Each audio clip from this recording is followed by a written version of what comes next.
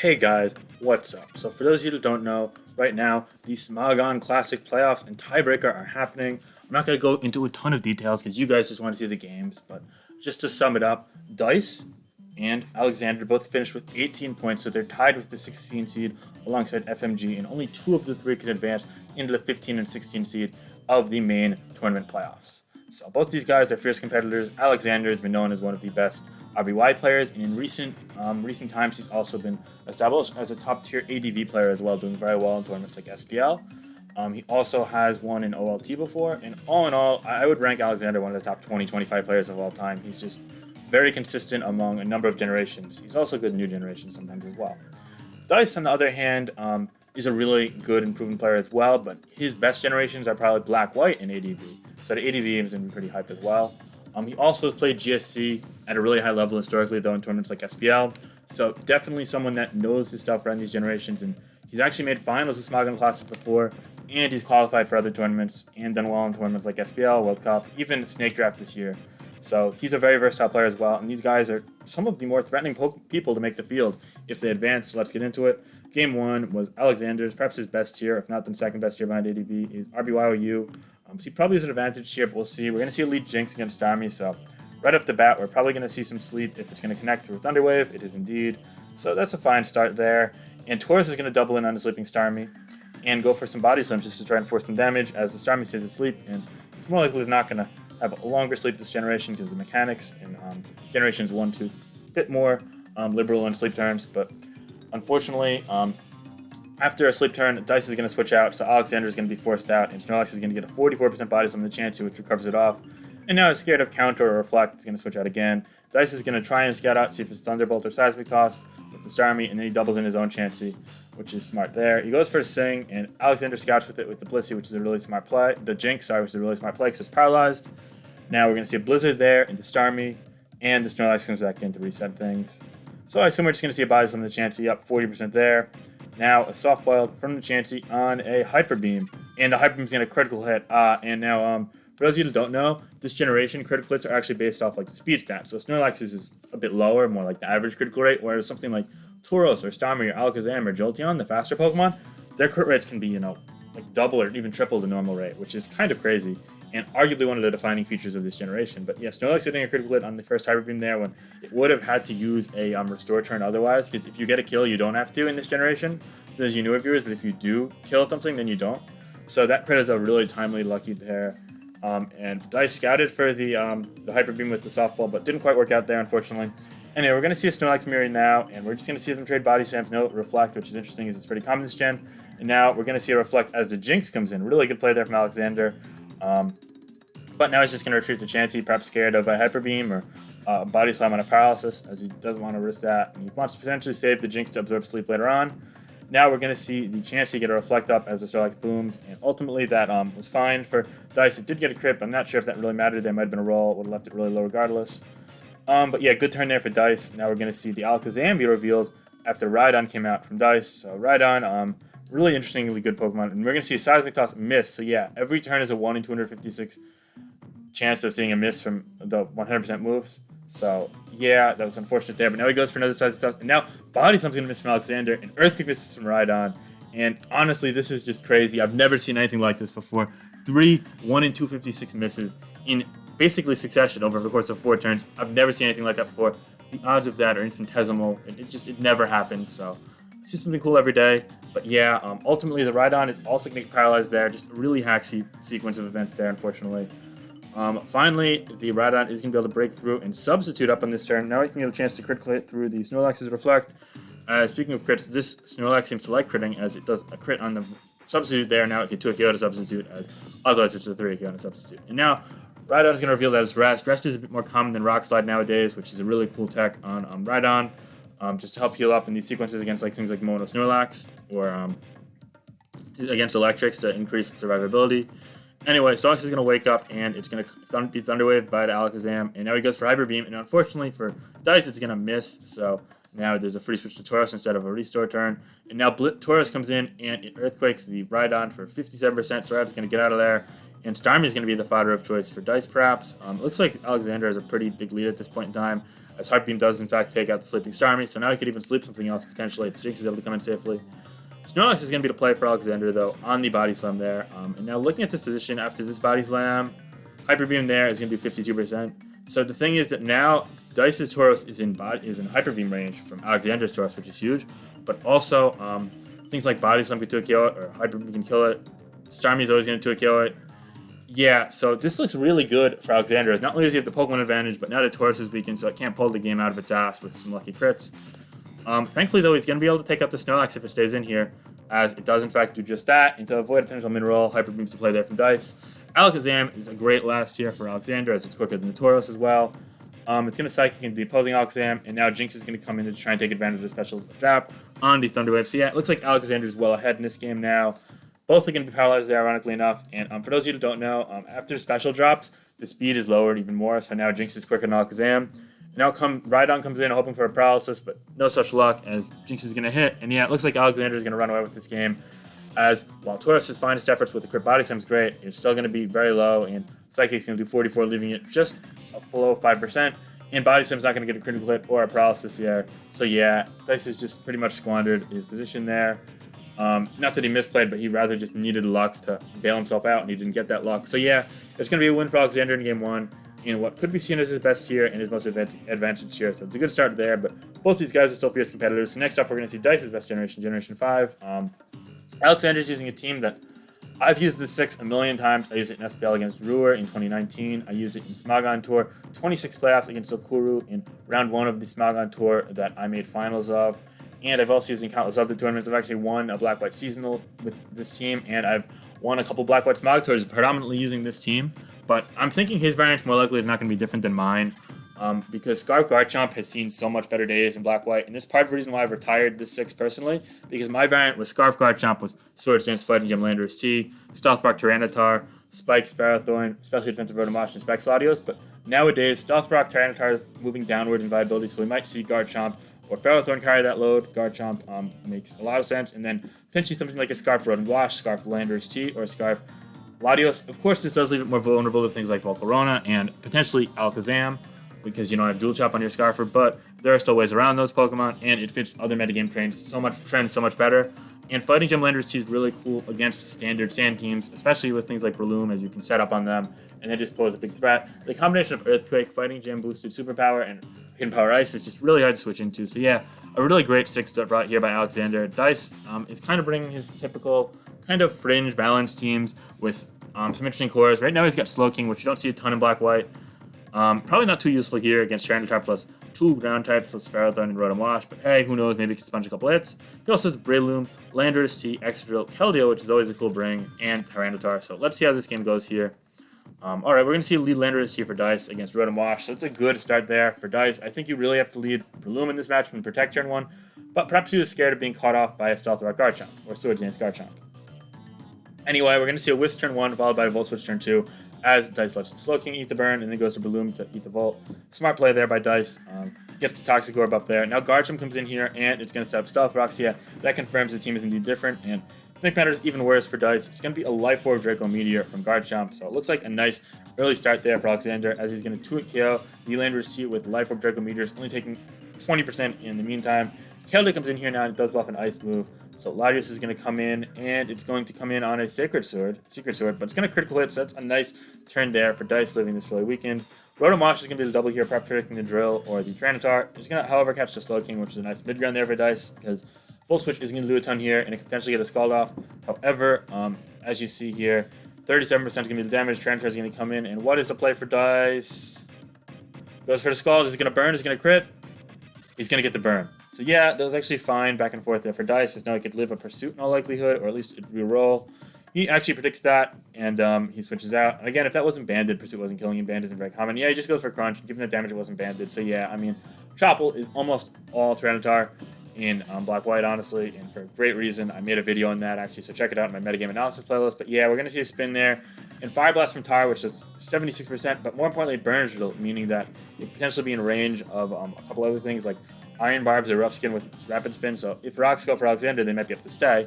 However, Dice knows that this isn't Rocks. Since Garchomp field Rocks, he brings in the Breloom, predicting a Crunch, just to not risk missing. And then he protects the Fire Blast as Tyranitar dies to its own burn there. So yeah, burn's definitely playing a major role in this game, as you can see. And now we're going to see another Protect here, scouting for that superpower, but it was a double Protect there. Dice just really didn't have a switch into this. Honestly, I personally would have fired off the weakened Slowking there, but I understand preserving it. Breloom wasn't of the most use anyway against a Swords Dance Slenderous T, so yeah. And this is going to allow Keldeo to get a free switch in, more importantly, and Keldeo is the win condition here as Alexander fires off the Latios, which could have been just Pursuit Bait anyway. And now it outruns the entirety of Prince's team. Honestly, I'm thinking that might have been a Scarf Latios. We never saw it move, but it would make sense. The thing about Scarf Latios in this team is you really want something else faster than Track Gun and Keldeo, because once it gets pursued, then all of a sudden things like Keldeo, which you see here, or Track Gun are going to go off. That's why running Specs Latios plus another Scarfer makes the most sense in these teams, and that arguably is going to be a potential lose condition for Alex, as he got off to a pretty big lead here. But now Keldeo is able to pick him off as the Latios is gone. If it didn't die to Keldeo there, it would have just been pursued. So yeah, Dice is going to wisely go to X-Drill here on a Volt Switch, and since he's Mold Breaker, he can actually threaten a lot of damage on this Rotom, so maybe he's going to double switch here to Keldeo back again on the Landorus T. He's going to do just that. He's going to catch Landorus T. Yes, he does. That's great. A really good play here. And he's just going to probably go for the Conservative Surf, because Chip on the Rotom Wash with Sandy getting leftovers and rocks up is huge, as he can put it in the Sacred Sword range eventually. And we are, in fact, going to see that do 20%. But if this is a 20 defense EV spread that I always use in this team and everyone else uses right now, it's probably going to be able to live this from 50, max damage to like 48 from Sacred Sword. So yeah, and Volt Switch is going to critical hit the Slowking, which kind of sucks for Dice. But now he can go Keldeo, and if it's an Ice move, it might be forward. Oh no, he misses Icy Wind! And Earthquake's going to do 66%. That's really bad for Dice there. That's a really unfortunate miss. And now it looks like Alexander's got the lead again. He goes to Rotom Wash here, and he knows that if he's power up on the Ferrothorn, he should be able to take out this Keldeo.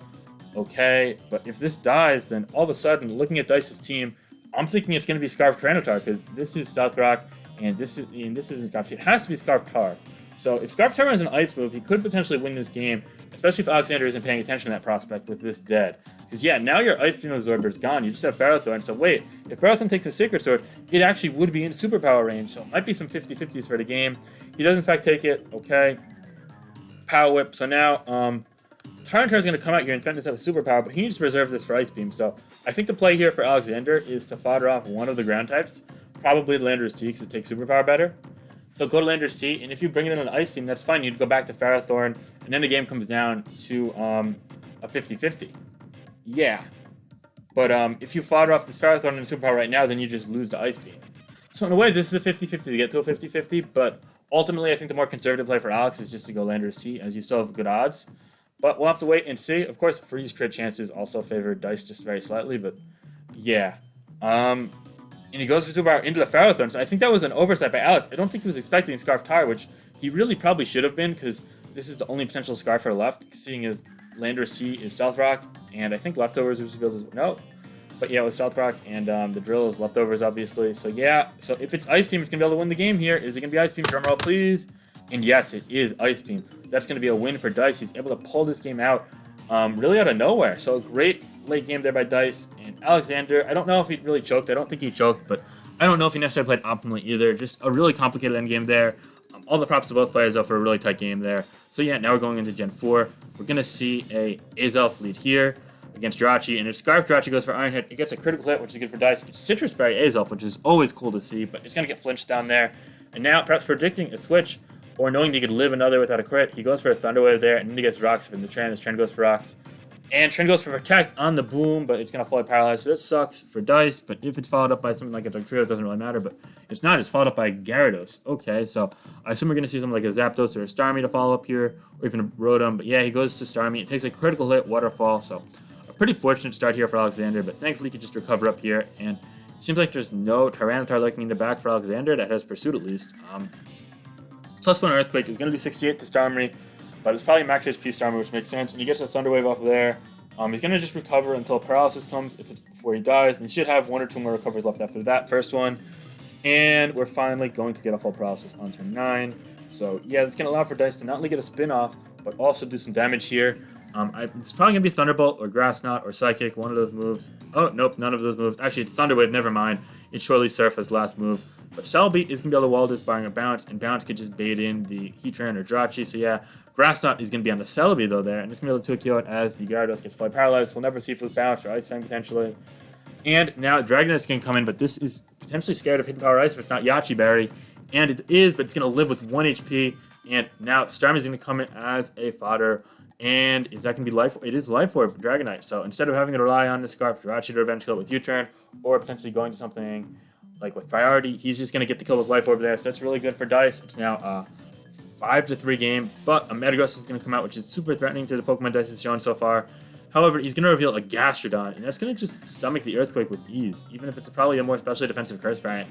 It's going to force a Boom from Metagross, interestingly enough, and that's going to make it a 4-2 game. And Empoleon is going to have to do some magic, because this Celebi does have Thunder Wave. It's a Swords Dance Empoleon. Okay, so plus 2 Drill Peck should 2-KO to Celebi, but it's faster, and it has Grass Knot, and it's paralyzed. So yeah, after 1 paralysis, Drill Peck's only going to do 59% of the Celebi. So yeah, it looks like it's a winning trade for Dice, barring a Drill Peck crit before paralysis there. And while Drill Peck does 60 there, he's going to finally get paralyzed on this turn. Yup. So now we're going to see the Grass Knot here. It's not going to get max damage. It's going to do lower damage roll. Empoleon's going to live, but again, it's a pretty futile sequence, as ultimately Alexander, before even revealing his last, knowing that he's not going to be able to beat the Heatran, Jirachi, Celebi, and whatever the last may be, is going to just forfeit there. If I had to guess, the Scarf was probably a last was probably a Magnezone for Dice, but we'll never know.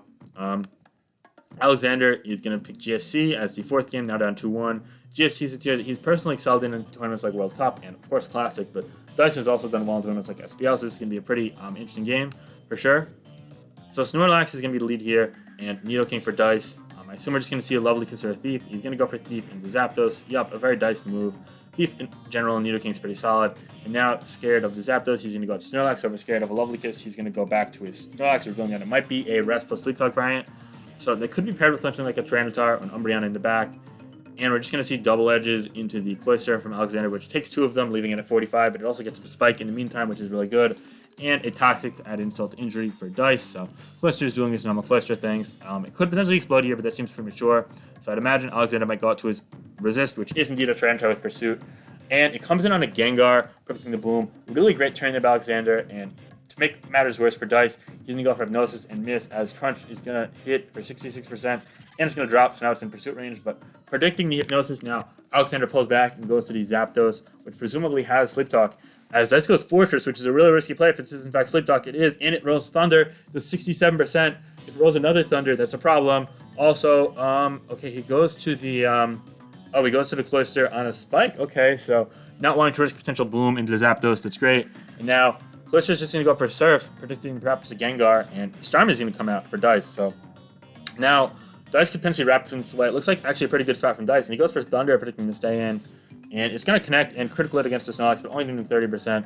And now finally we're going to see the Rapid Spin here on a Curse. So yeah, if this is actually EQ Lax, Dice looks pretty vulnerable to it.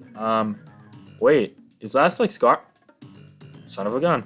It is in fact Skarmory there, so that's pretty good for Dice to have this checked, but if it's a 3 attacker, a Boom Snorlax, that could do the trick. But yeah, it's just going to double edge. Looks like it's probably Rest last, which does 27% to the Skarmory, great. It's going well on the Cloyster, which is also favorable for Alex, but it looks like Dice is a pretty nice spot here. While Spikes do go up, Drill Peck is going to do 16%, which is a roll to Tokyo now, and I don't think this Cloyster has an ability to take out this Skarmory, so he's going to go Zapdos here, and it's taking 12%. That's going to stay, barring the rest, because its leftovers have been thieved away.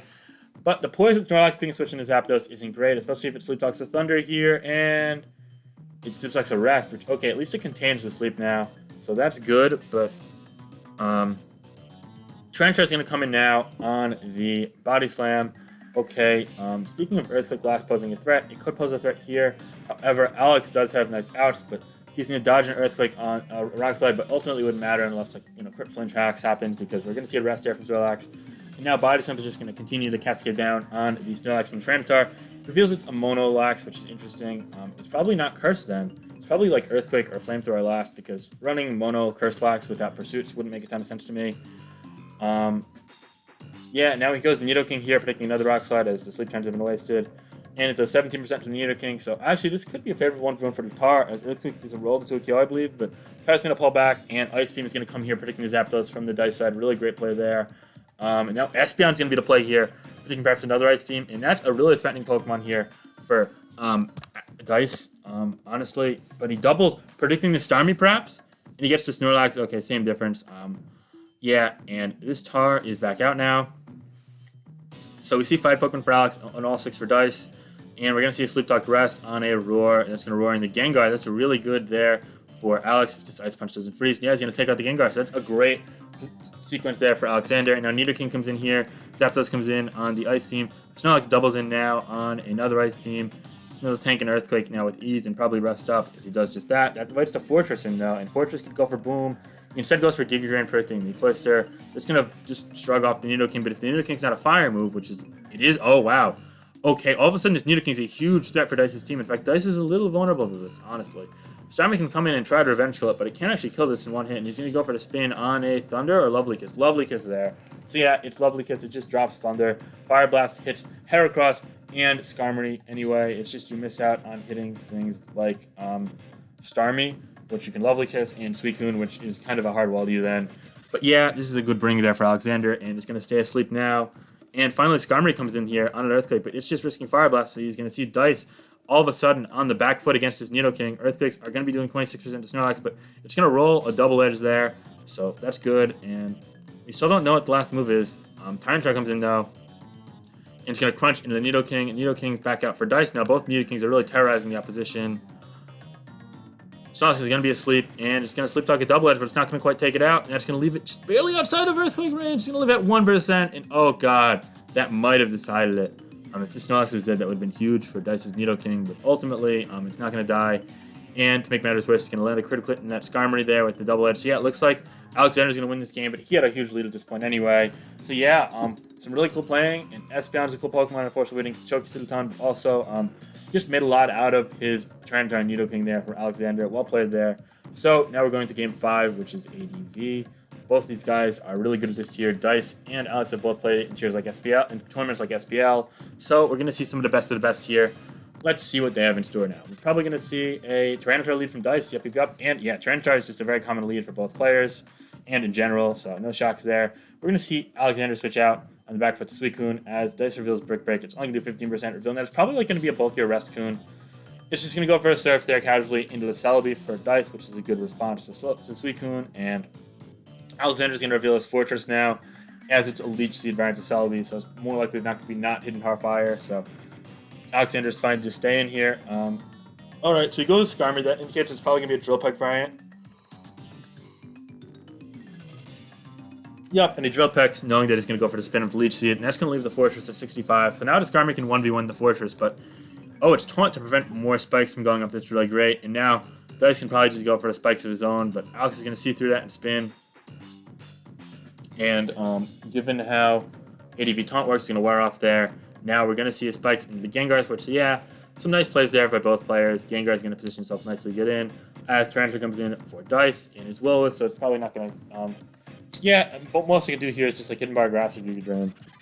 But seeing as he switches in there and Brick Break, it's probably a mixed start, and yeah, he's going to go for Pursuit.